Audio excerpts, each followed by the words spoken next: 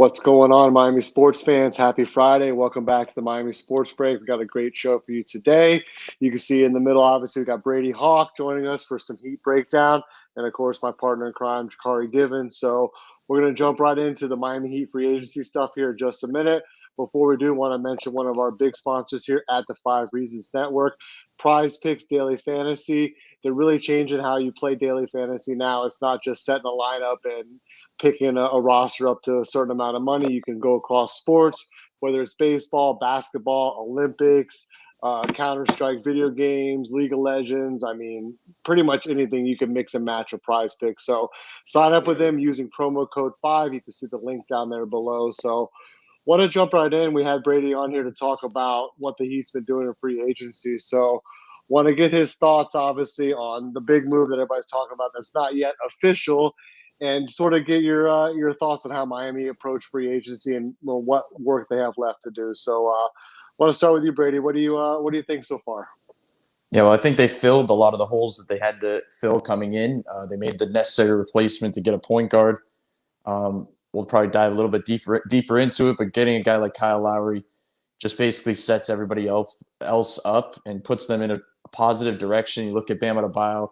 We've talked about this constantly, getting him a point guard who can hit him on the roll, a guy that can put him in his spots just so he doesn't have to constantly play make. It also lets him kind of play make and facilitate on the move, which is where he's at his best. Guys like Jimmy Butler get a secondary creator, and it helps him out in the defensive area where he doesn't have to guard opposing point guards every night. It allows him to guard his position. And then obviously guys like Duncan Robinson, guys like Tyler Herro, they can really benefit as shooters with a playmaker on the floor, a guy that can also play off the ball. It just seems like the versatility of a Kyle Lowry type, and then getting PJ Tucker, Markieff Morris, some physical guys, some strong defenders. It seems like they have a theme going here. And it's going to benefit the guys that they have. A lot of tough guys, man. A lot of toughness. So Yeah. It just seems like that's kind of the theme with this team. Yeah, sort of a reset, obviously, on the defensive end of the ball. I think they had some struggles, especially guarding on the perimeter last year. I want to talk about a little bit how Lowry, obviously when it's official, how do you think his impact is going to be on the second unit? Because I think one of the things that the Heat might be lacking is a second point guard to sort of fill in those few minutes and sort of take some of the ball handling pressure off of that second unit. So what do you feel like the staggering of the minutes might be with Lowry and some of the other guys in the backcourt just sort of teaming up with that second unit? Yeah, I basically thought that they were going to have to grab a point guard off the bench, but the more you think about it, they're not going to ever run many lineups without Kyle Lowry, Jimmy Butler, Bam Adebayo on the floor. You're going to have one of them out there to kind of facilitate to play make. I'd expect them to stagger Jimmy's and Kyle's minutes. I think you'd probably see one of them get taken out a little bit earlier. Maybe let a guy like Kyle run with the second unit, as you said, and then sub Jimmy in when it's necessary. But I think if you're looking at the team off the bench, I think, Tyler's going to have to take another step. I think that's where everybody's kind of looking at. But Kyle Lowry out there on the floor and his significant minutes can really help Tyler out. As I was just saying, setting him up on set shots, he kind of struggled on the catch and shoot three. If he can get that back a little bit, that'll really help. If he can take over in an on-ball scenario, that helps him as well. There's a little bit of a drop-off in scoring off the bench, as we know. Either Tucker or Morris will be there, and then obviously Dwayne Dedmon. They're going to need a spark from somebody, and I think Kyle Lowry with that second unit can really help them out. Yeah, and Tyler played his best basketball last year when he was, in the bubble, when he did not have to handle the rock as much as he was. It was coming out a lot of pin downs, hitting his mid-range jumper, hitting and then extending out to the three ball. So I do think that Kyle Lowry helps them. I kind of did want to see them go a little bit younger, but then again, there's no young teams that win championships, so I'm not really worried about the age thing.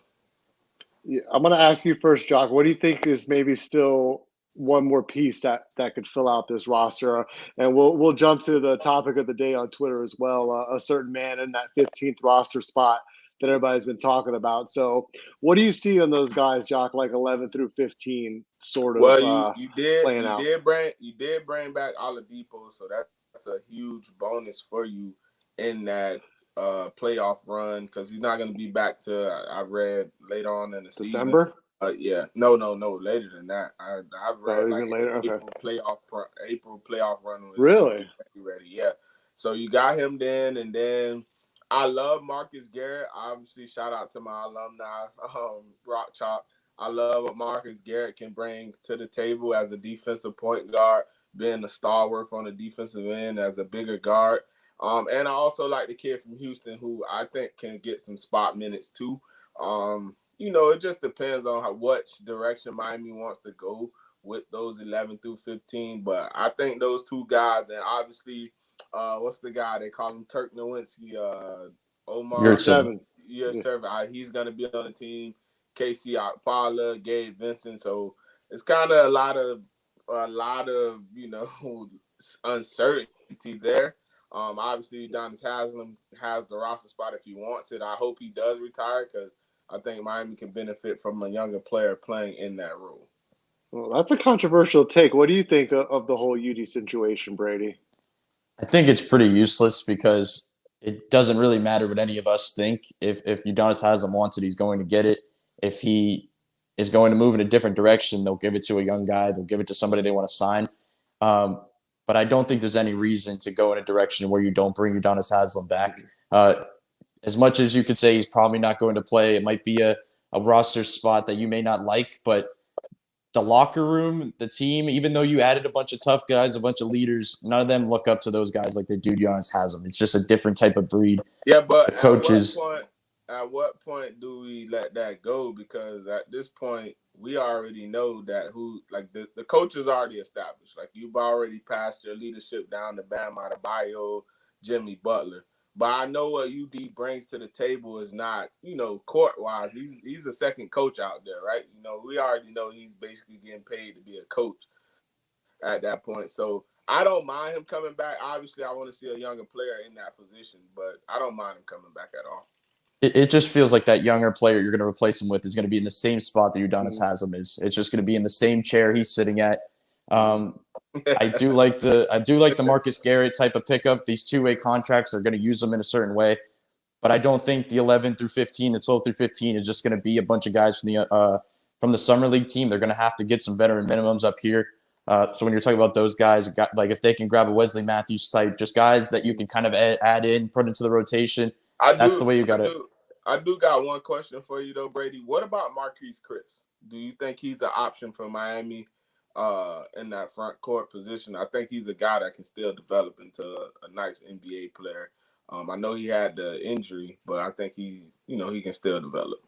Yeah, I think it's possible, but I just feel they're going to have to go look at a 1, 2, or 3. It seems like the positions that they need, they have to go in that direction. They have enough of the, PJ Tucker, Markieff Morris, Dedmon. They want to develop a big like Yurtseven. I feel like they're missing that 1 or the 2 that you can kind of plug in there and be confident. Will they put in Max Strus or Gabe Vincent? Possibly, if they have to. They trust in those guys. But if you can get some more veteran leadership, like a Wesley Matthews type, and you can plug in there and be comfortable, I just feel like that position is probably the one they're going to have to harp on more. Yeah, I think there might be a spot for Vincent, if anything, because you need that second guy off the bench to sort of just stabilize the offense in those couple of minutes, maybe when Lowry's not out there.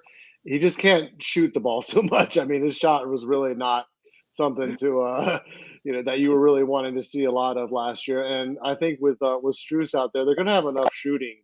I just think it's going to be a matter of trying to find a rhythm and where guys are going to fit in that second unit. But I think somebody like Gabe Vincent with his defensive tenacity and just his energy, I mean, there could be a role for him definitely in this team. But Brady, what do you think about PJ Tucker and Morris? How do you think those two similar guys are going to be balanced? You think Morris is going to be kind of like maybe your first quarter guy with Tucker being more of a fourth quarter closing type guy? How do you see their minutes sort of being defined? I mean, obviously, early on now.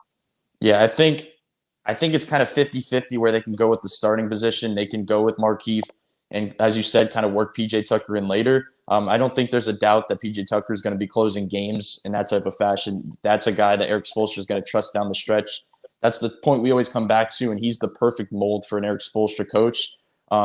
He can put him in different spots. He can put him either in the corner as a spot-up guy.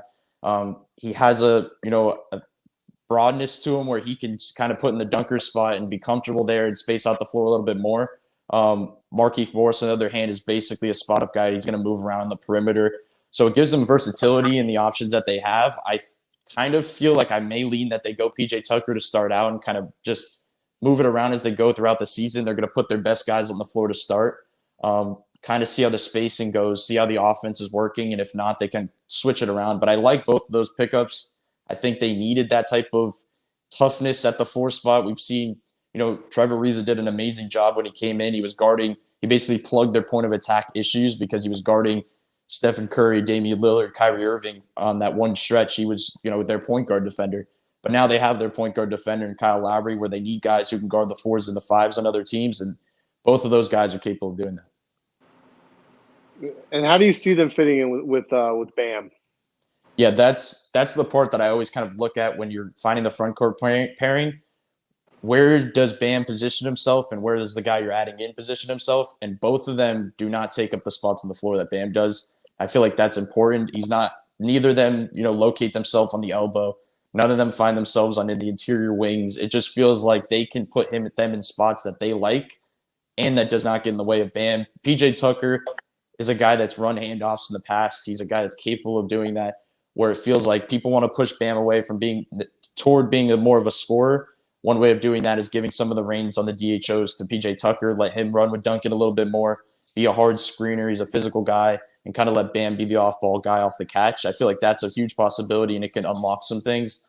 And it's a similar type of Morris. With Morris, it's just a spot-up guy in the corner, spot-up guy in the wing. He can do some of the things that PJ Tucker does, and they can kind of switch it off. But Bam, either way, is going to be a guy that can still continue to do stuff on the roll, continue to do stuff as a lob threat, and obviously unlock some things on the elbow and wall. Yeah, Bam has to take a step forward this year. Until that, he's becoming more of a. I do want to see him extend his outside game this year, so I do want to see him hit the three-pointer a little bit more and take it, because he has it in his game. So I do want to see him do that, and I think those guys still allow Bam to grow into the player we think he's gonna be, and without taking any growth. I think if you added a 4 that demanded the ball a little bit more, I think you have spacing issues with Bam. Maybe he doesn't get all the touches that he would normally get in the Miami Heat offense. Definitely. I would say I wouldn't put an expectation on Bam shooting the 3 ball. Like, I feel like they want to maybe to expand to the corners. That could be helpful, but it just feels like there's going to be some mastering on the mid-range before he expands all the way out there and gets comfortable with putting a bunch of attempts up. I think he needs to expand his attempts before he, takes a big jump from the 3-point line. That just feels like the way it's going to have to go. Mm-hmm.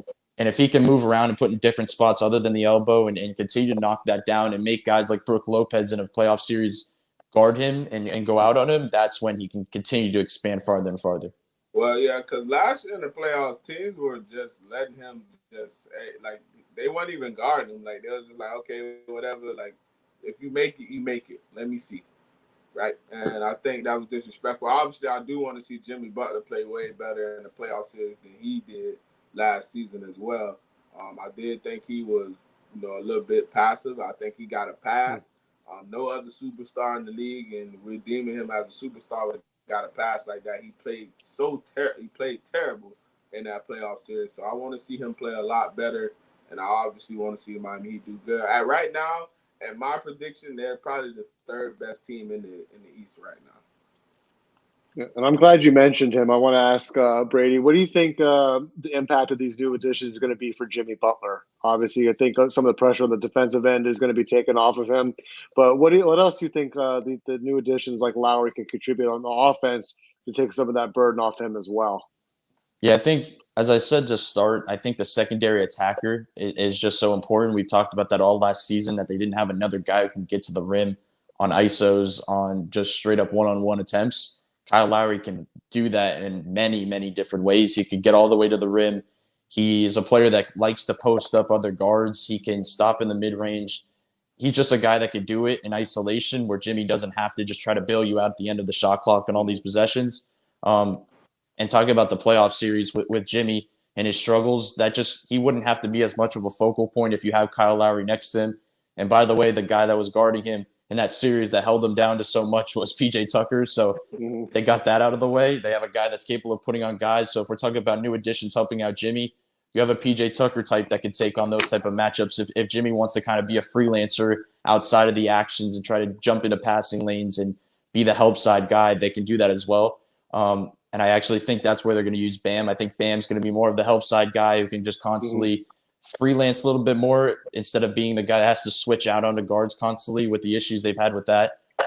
So it seems like, as I've said before, I feel like it benefits Bam, it benefits Jimmy, it benefits most guys in the team, but I don't think it benefits anybody more than Coach Spo. Giving Coach Spo this many options, some versatility on the offensive end, put guys in different spots, defensively have not many holes in lineups where you're putting out 3 or 4 guys on the court that can't defend.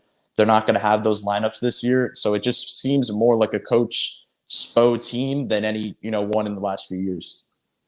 Yeah, Gabe Vincent just re-signed with the Miami Heat 11 minutes ago. They made it official, him and Struce. So it's a bit of those roster spots we were talking about there. Yeah, I want to see Bam closer to the basket on defense, I think, a little bit more this year. Sort of get him back there. Not, like you said, not expending so much energy out on the wings, out on the perimeter, chasing guys. Maybe being that, last line of defense there, a little bit more at the rim protecting kind of role, and giving him some breaks there out on the edge, out on the perimeter for sure. But what about the offense? You think, everybody's talking about, spacing and all this other stuff. What do you think, if anything, might be an issue for this Heat offense with the roster as constructed? What could be maybe a concern with the offense? I would say probably bench scoring, as we were talking about before. Off the bench, let's just say there are 4 guys for a stretch is Gabe Vincent, Tyler Herro, Markieff Morris, and Dedmon. I feel like you may have some issues there if you're running those type of lineups with those 3 guys as your main pieces in that spot. Like I said, you can insert one of your 3 best players into those lineups and kind of make them, a little bit better. But I feel like there's going to be some things there. If Tyler Herro is not the type of spot-up shooter that he was in his rookie season, it's just going to be hard to see the offense flowing at times. Duncan Robinson re-signing changes a lot of this, the spacing. When you have one of the best shooters in the league on your team, it's hard to say that you're going to have spacing issues or offensive issues. So that's why I don't think there's going to be much issue in a PJ Tucker starting lineup, because Duncan can create so much space for guys like Kyle Lowry and others. But the bench unit, it does seem like it's on the shoulders of Tyler in some ways from a spacing perspective, but I think it's something they can figure out, especially if they add another veteran guy with the minimum. If they can get a guy they add in there that's capable of scoring on the offensive end, then they're a little bit more confident on that end head again. Yeah, and Kyle Lowry is a career 36% shooter from the 3, and he went 39 just last season. So I think you have more than enough spacing on the court with those 2. Obviously, PJ Tucker, willingness to shoot the basketball, I think is underrated in his aspect. I know a lot of people, because you got guys who will be open in the corner and won't take those shots. I think PJ Tucker's willingness to take those shots open up the court as well. Mm-hmm. Yeah, I think Duncan Robinson is going to be one who really has to expand his game in terms of maybe some fakes, maybe some of that mid-range stuff like that. So what are you looking for him and Herro in particular to take that next step? Yeah, I think this offseason is going to be very important for Duncan, not from a contract perspective, even though he locked that up, just a little bit ago. But the expansion of his game is going to be important because, as you kind of touched on right there, I've been saying for, the last year or so, just a one dribble pull up into a mid range just changes his entire offensive game. Guys flying out at him constantly. He doesn't have a true driving game. He's efficient down there when he gets there, but he's never going to be a guy that gets down there much. Where he can get is just one step in and get to that elbow area and just pull up. If he can unlock that at a high level, that changes things. And as he said in an interview, today with media today, he's looking for a consistent 2-point jumper where he can trust it and kind of move forward with it and not have to just look for threes constantly and roam the perimeter. You've seen it, last season where guys were kind of blocking him from the side, not letting him flow into dribble handoffs, not letting him flow into off-ball screens. If he brings in that type of 2-point shot where he can get into the mid-range and have a pull-up that defenses, respect, then it changes a lot of things, because his 3-point shot's not going anywhere. He's still going to get the same attempts up. He's going to get the same makes up. It comes down to that. If he can expand in that area, it changes everything, probably for the entire team. I actually think that he's going to shoot the ball way better this year than he did last year, just because you have more playmakers on the court to get them Definitely. shots. You add Lowry, you add Jimmy, you add Butler. I mean, Bam, who already creates a lot of shots for him. So Kyle Lowry will get him more open shots, and it's just the respect that Kyle Lowry will draw on the defense. So I like Jonathan Robinson is gonna improve just because the players around him fit him a lot more than a Goran Dragic fitted him, because Goran Dragic was a scoring point guard. You got Lowry, who's not afraid to give you 8 or 9 assists a game. They add the playmaker that needed. I wanted it more in the Lonzo Ball form, but I think Lonzo had his heart settled and going to Chicago. But I love the Lowry signing just because you get that extra playmaker. It's beautiful. Like I said, Miami's gonna have a chance, and they created a team that can compete with the Brooklyn Nets. As in, you have to be tougher than them, right? You've seen it with the Milwaukee Bucks. They added guys who were junkyard dogs, and it helped them win the championship. Yeah, and I think with Herro, maybe on that second unit, do you think he maybe has any more like primary playmaking responsibilities and maybe is on the ball a little bit more with that second unit? Because he obviously he can handle and can create a little bit. Do you think maybe that facilitator part of his game would be somewhere that Herro could take a next step as well? I definitely think he'll be on the ball a bit more, but I think it's going to be mainly as setting him up to try to be a scorer. I think we're kind of past the point at the moment where you just added a bunch of, an extra playmaker. We've seen them try to do that. I think you want to simplify his game as much as possible, put him in a spot to score. I don't think he's going to be in the facilitator role, especially with 3 guys that are going to shift down and kind of take that role over when they're in the lineups with him. They're going to run some extra stuff for him in those lineups to try to score the ball. They're going to have to give him screens. We know that's where he thrives. If he can get to the downhill and to the pull up against drop, if he can hit the open 3, if he can create a little bit more, if he added a little bit to his bag in the offseason, if he can create on his own, that changes some things. It's going to come down to kind of the start of the year, what they see in the evaluation of him. But I just don't see them giving him much of a facilitating and a playmaking role at this point. I think Herro's issues had nothing to do with basketball last year. I think a lot of his off-the-court issues kind of came into the basketball world. Even though I don't comment on the guy's personal life, he did just have a baby. That's big. That's huge. He's adjusting to being a Miami guy. He's young. I mean, he's still 21 years old. I mean, so he's you know what I'm saying? Like, think about a 21-year-old in Miami. You got money. Like, it's not like he's got a lot of money. So I don't blame him for last year. I think he'll be a little bit more focused this year as he's adjusted to being a pro. So I think he'll go back to that. But I think Miami ultimately trades him at the break, though, for a veteran player if it gets to that point. Like, if you're in contention, you don't see them moving a Tyler Herro for, a veteran player? I would say, I don't know if I'd say veteran player, but I'd say more in that middle ground. If they're going to move up a couple ages, the guys in the contract range, I just don't think there's any veterans that you're going to give up Tyler Herro, that type of asset, for a player at this stage. They're going to go all in at some point because they're going all in this, next couple of years in this Jimmy era. But if there's a guy, if there was a team they were going to build where I'd say feel a little bit more confident that Tyler was going to be on the roster a little bit longer, at least kind of check it out until the deadline. It feels like it's this team. He has an absolute opportunity to capitalize as a basketball player on this team, where he has given a role in this upcoming season where he can just play to his strengths and just be a scorer that just goes out there and tries to get buckets. That's going to be his role. That's a role that he loves. And if he can capitalize on that, I feel like it's a guy that could really fit in with this group as they move forward and try to contend. But obviously, if it gets to the deadline, you never know what's going to be out there. If they can, trade for a guy that's, a couple years older, who's currently probably more of a complete scorer at this point, it seems possible. But, once we get there, we'll kind of figure that out. But I think right now, I think he's in a spot that he can pretty much be the guy on this team that they're going to move forward with and be confident with. Yeah, because didn't they offer Lou Will a contract, if I'm not mistaken, right? I don't know if they offered him a contract. I know they were interested, but he went back anyways to Atlanta. But either way, that type of player, it just, even though they have so many defenders, they need shot creators, it's just a backup backcourt with 2, minus defenders did not seem like it was the greatest idea.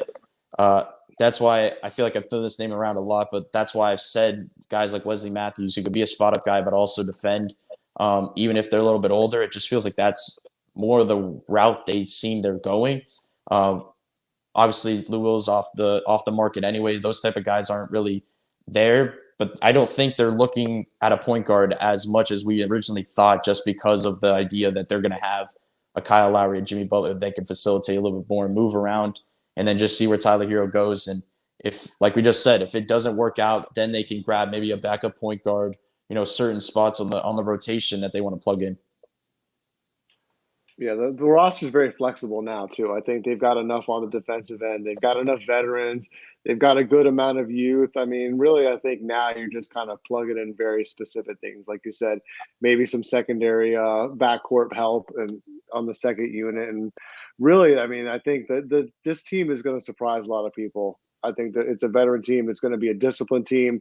It's going to be a really hard team to play against on offense. So I'm excited to see them kind of reset their identity a little bit with, those Heat pretty much prototype players. So it's going to be good to see Spo have a lot of versatility with the lineups and how he can stagger minutes. I think another thing we didn't touch, though, I know we were talking about that backup guard, but you still do have Victor Oladipo if he comes back, at 80%.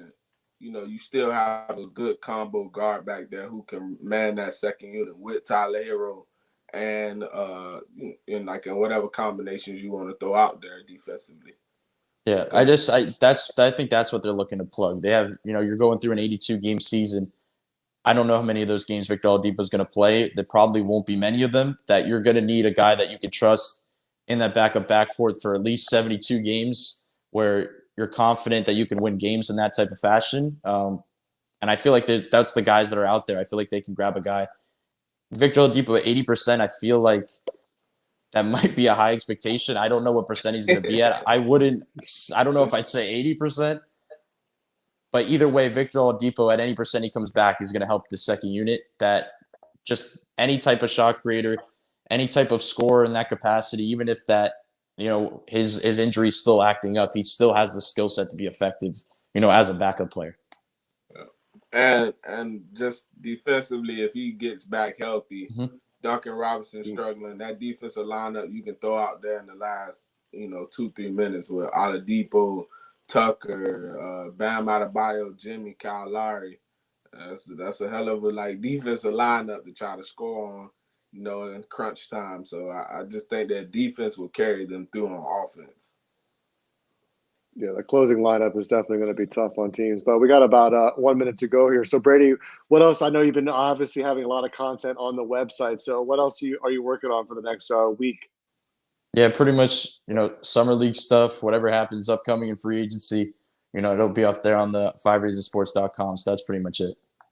Yeah, and what are you seeing out of the summer league so far? I know we didn't really touch on that much, but is there any interest there as far as these guys, maybe a two-way, one of these guys making his way onto the 15-man? Yeah, I think, Omer Yurtseven, that's the guy that everybody's talking about. It seems like that's a likely, type of player they can add. They seem to like him. There's he's going to give them the benefit of the doubt first before he makes any type of contract. That's the type of guy they like to develop, a guy that's that strong this early. They have a knack for grabbing those type of players. And right now he looks as sound as anybody, in that summer league. But as, talking about two-way players, we touched on one earlier. I think Marcus Garrett's a guy that's pretty much a lock for the two-way. I don't see a player out there that can really rival him from that spot. Just a guy that's so sound defensively, can pressure the ball, fight over screens, not get beat off the dribble. He's, just a very good defender. If he can even be average offensively and just get some, nice drives, he's a good finisher, but, we haven't seen anything from the outside really. If we could just see a little bit of flash on the offensive end, then we could, we'll see even more. But for right now, I definitely think that he's a lock for the two-way contract. I had the privilege of seeing Marcus Garrett since his freshman year at Kansas. Just watching the growth and how I knew he was always a defensive stalwart. He was the defensive player of the year in the conference and Naismith. So he has a chance to be a great NBA player, kind of in the mode of a Tony Allen. I'm not saying he's going to be Tony Allen, but he has similarities to Tony Allen. a bigger guard with great defensive skills. I mean, if he just gets an average 3-point shot, he's gonna be in the NBA for the rest of his career. You know, so I love him. I think him, and I also think that the other guard from Houston will be the other two-way player, even though it's two guards. But you know, I think that's probably the best options for the two-way contract. Yeah, and all these young guys have a lot of similar skill sets, so it's going to be interesting to see who sort of separates themselves out of that group. But before we wrap it up, I want to thank Brady for joining us today. Where can we catch you on social media and everywhere, Brady? Yeah, Twitter is at Brady Hawk 305, and then all the articles on the site at 5reasonsports.com. Yeah, and Brady, man, I didn't know that you were only 17 years old, brother. But man, kudos to you and all your hard work, man. Appreciate it. Thank you. Yeah, man, give this man the blue check, Twitter. Please. All right, we'll King Jock, where you at? King Jock 24, man. You know, obviously we got the Canes coming up this week. Camp started today. See you guys. Very excited, man. Yep, we're going to be wrapping it up, too. And next week, we're going to have a lot of Dolphins talk as well as the Hurricanes. So catch us back here Friday next week at around 4:30. Thanks, everybody.